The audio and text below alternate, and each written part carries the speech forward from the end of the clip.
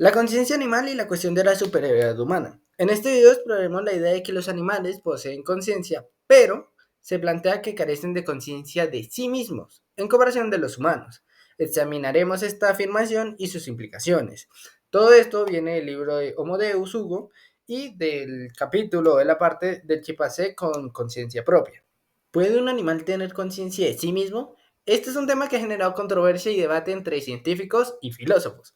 Algunos argumentan que los animales como la rata, los perros y otros pueden experimentar emociones como la felicidad, la tristeza, el hambre y el cansancio, pero carecen de la noción del yo. No son conscientes de las emociones pertenecen a esa propia entidad, a la llamada yo. Sin embargo, hay evidencia que desafían esta idea. Por ejemplo, los perros son capaces de distinguir su propio olor de olores de otros perros y reaccionan de manera distinta cuando pasa esto. Además, las ardillas, por ejemplo, esconden las nueces no solo por una necesidad momentánea, sino también por la prevención del invierno, aunque aún no lo hayan experimentado con anterioridad. Estos ejemplos sugieren que los animales tienen cierta conciencia en su entorno y de su relación con el mismo. Existe una versión más refinada de este argumento, que sostiene que la conciencia de uno mismo puede tener diferentes niveles. ¿A qué se refiere? Este argumento se refiere a que, por ejemplo, los seres humanos pueden identificar el pasado como el futuro al ser seres o entidades perdurables. Pero ¿cómo se hace esto? Se cree que es simplemente por el uso del lenguaje, ya que les permite reflexionar sobre experiencias pasadas y planificar acciones futuras. Sin embargo, algunos plantean la pregunta de si el lenguaje es realmente una condición necesaria para ser consciente de eventos tanto pasados como futuros. Los humanos también experimentamos y expresamos emociones como el amor, el miedo, de manera no verbal. Además, en los sueños, por ejemplo, podemos ser conscientes de narrativas completas sin la necesidad de la verbalización. Esto sugiere que la condición del uno mismo no depende exclusivamente del lenguaje. Pero varios experimentos muestran que algunos animales, como los loros o los pulpos, pueden llegar a recordar eventos individuales y planificar conscientemente situaciones futuras. Sin embargo, algunos escépticos argumentan que estos comportamientos pueden ser simplemente resultados de algoritmos inconscientes de su cerebro en lugar de una verdadera conciencia. Realmente, la falta de comprensión completa de la mente animal dificulta una conclusión completa. Pero es ciertamente ridículo pensar que un animal no llega a tener conciencia simplemente por la falta de verbalización, teniendo en cuenta que la verbalización no es simplemente oral. Adicional a eso, hay pruebas de que humanos sin la educación o sin, digámoslo así, el condicionamiento que da la sociedad, llegan a un estado, digámosle, animal, siendo salvajes y pareciéndose mucho a lo que conocemos como un comportamiento animal. Eso significa que una persona que no haya vivido en sociedad es un animal, no tiene conciencia. Además de lo que acabo de decir, también está el caso de, por ejemplo, Santiago. Era un chimpancé en un zoológico, el cual demostró una habilidad impresionante planeando lo que iba a hacer para poder lanzar piedras a sus visitantes, a pesar de las medidas que tomaron en el zoológico para evitar esto, llegando a levantarse una hora antes de que abrieran el zoológico para poder recolectar sus piedras, sabiendo que las iba a lanzar a los visitantes. Cuando se dieron cuenta de esto y le quitaron, digámoslo así, su suministro de piedras, empezó a recolectar piedras y a esconderlas bajo un montón de paja que él mismo encontró para poder lanzarlos sin que se dieran cuenta de dónde estaba sacando las piedras. Cuando también se dieron cuenta de esto, empezó a cambiar su comportamiento para lanzar las piedras en momentos que no sospecharan y disimulando su agresividad o su comportamiento, digámoslo así, animal. Esto que acabo de decir o contar es muestra de que Santiago es capaz de recordar el pasado, siendo las contramedidas contra él. Adicional, es capaz de planificar el futuro, teniendo en cuenta que él mismo planeaba formas distintas de continuar su actividad. Esto demuestra que Santiago tiene conciencia.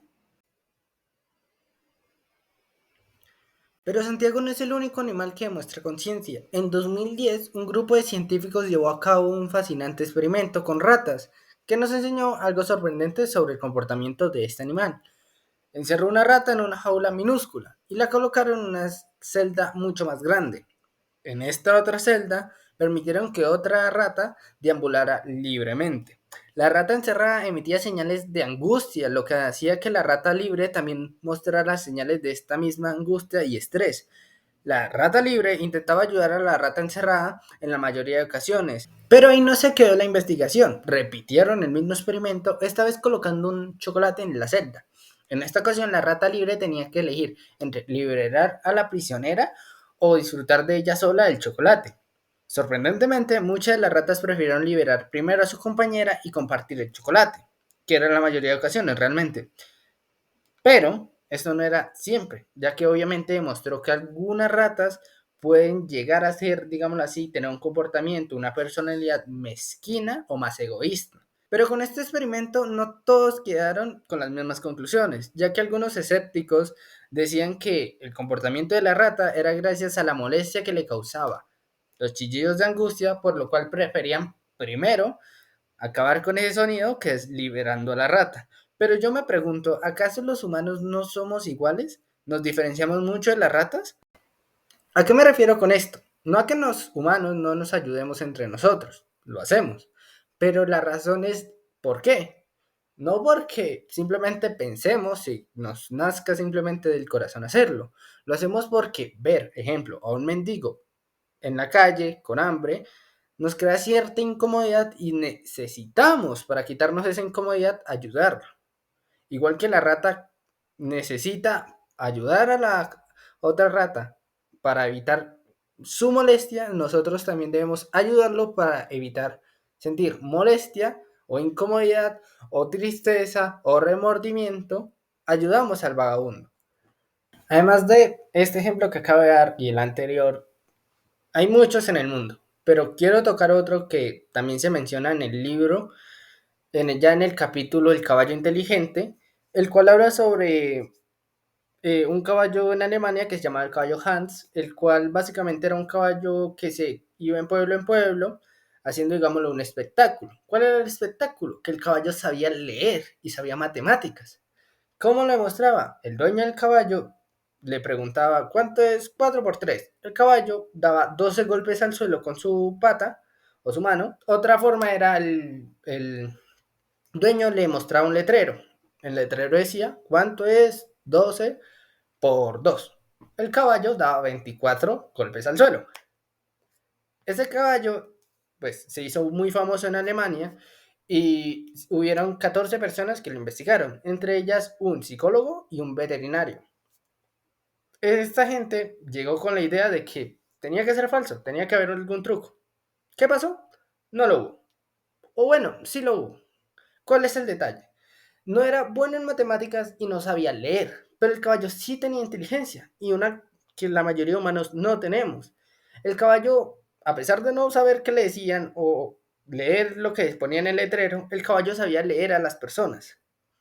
El caballo cuando le preguntaban algo, él sabía que tenía que dar golpes al suelo. Empezaba a dar golpes y notaba el comportamiento de las personas cada vez más eufórico mientras más se acercaba el número.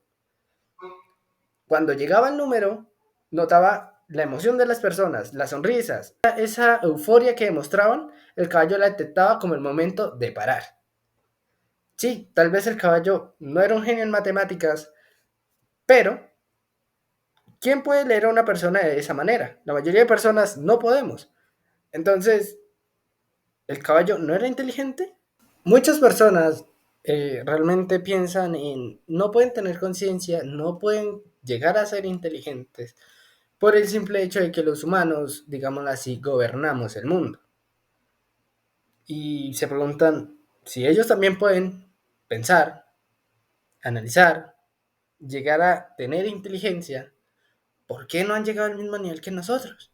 Es bastante sencillo y la verdad, a pesar de que aún no es una idea concreta, se va por el lado de que los humanos sabemos utilizar herramientas, podemos usar herramientas y creamos herramientas. También está el hecho de simplemente evolucionar la inteligencia. Aún así, como ya lo expliqué con anterioridad, hay animales que también crean herramientas, también tienen ideas. Ejemplo, los cuervos llegan a utilizar herramientas, los pulpos saben usar herramientas. Pero entonces, ¿por qué estos animales no llegan a nuestro nivel tecnológico. Es bastante sencillo, porque los humanos tenemos una característica casi especial, y esa es la colaboración. Nosotros podemos colaborar entre un gran número de personas, pero no somos los únicos animales que somos capaces de hacer esta acción. Ejemplo, las hormigas también son capaces de colaborar entre ellas, o las abejas. Pero entonces, ¿por qué ellas no llegan al nivel de nosotros? Sencillo, porque nosotros podemos colaborar con completos extraños y cambiar nuestra sociedad si así lo vemos necesario. Una abeja no es capaz de matar a su propia reina si lo ve así necesario. O por ejemplo, un chimpancé no es capaz de colaborar con otro chimpancé si no lo conoce, si no sabe qué tipo de chimpancé es. Nosotros, los humanos, sí somos capaces.